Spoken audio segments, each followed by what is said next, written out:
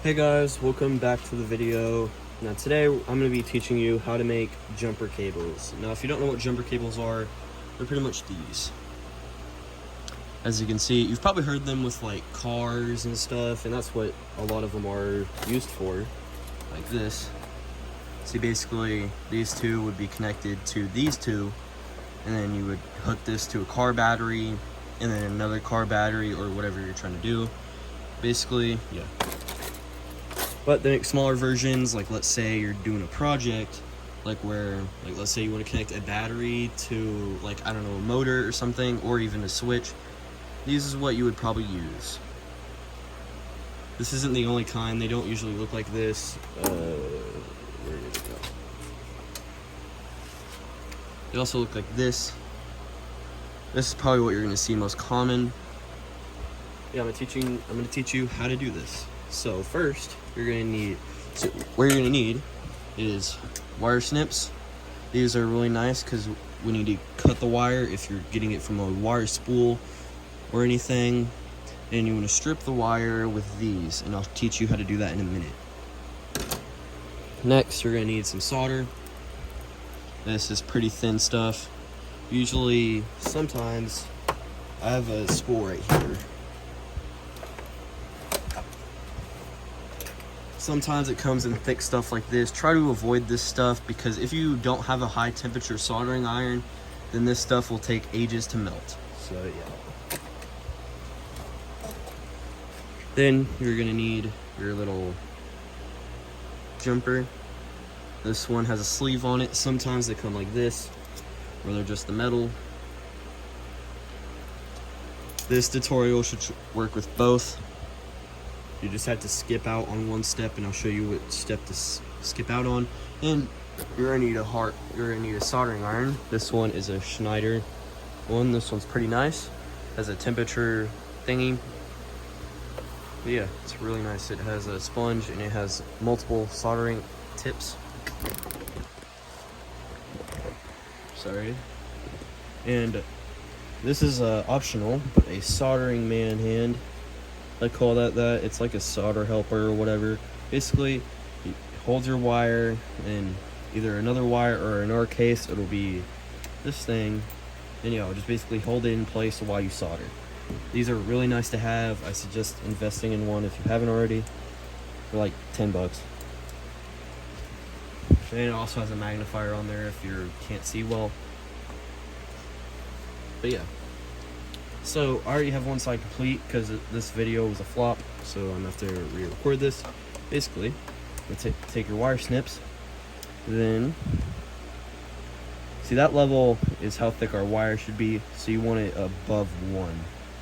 And boom, snip off a bit more. Should be like an inch or two. That's pretty much perfect right there. I don't know why my autofocus is messing up, so yeah. So for the sleeves, you want to pull the sleeve off. And then you want to push it down the wire. Boom. Then, boom. So then, you're going to take this wire. See how there's two holes right there? Yeah, you want to take your wire. You're going to put it through that hole. I don't usually use the second hole, but you can if you want. So boom, I usually do it like that. That's perfect in my opinion. So then you want to take your solder helper, and you want to clip these two together. If you don't have a solder helper, then you're just gonna have to like try to hold this cable down to the metal. So yeah, then you want to put the wire through that. Then boom, now it's all set up. Then you want to take your soldering iron, like this. I like them with fine tips. There's other soldering irons that are like all-in-ones that don't have this like whole mechanism right here. Those work too.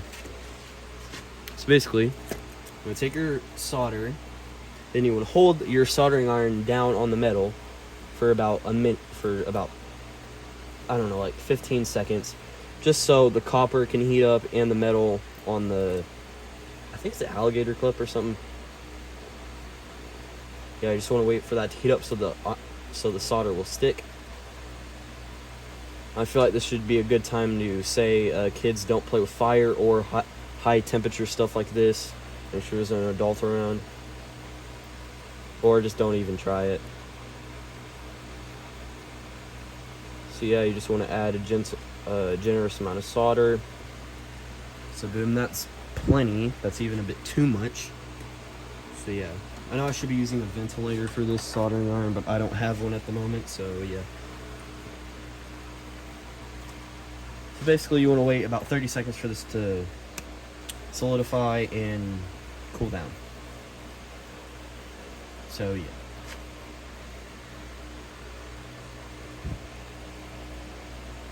Okay, I think it's been about time, so you want to clip the wire and the thing.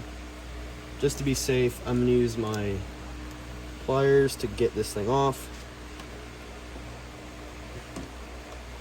What I've noticed works the best is if you hold it down like this.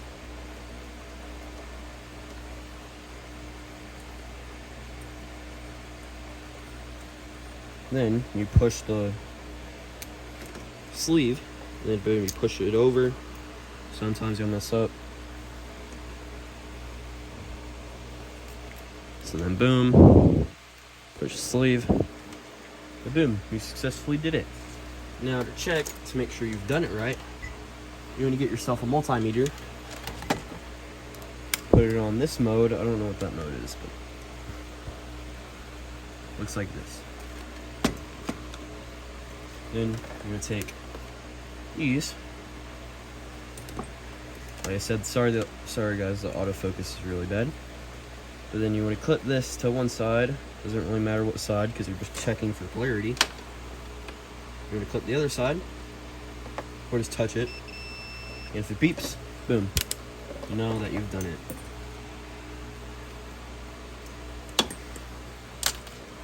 So, then you are ready to do your project, or if this was your project, then I hope I helped. Now, I made multiple of these. So yeah, these are really nice to have around when you're working with like electronics and stuff. So yeah, I made multiple pairs already. So yeah, I hope you all enjoyed. Make sure to like, subscribe, share with your friends. Peace.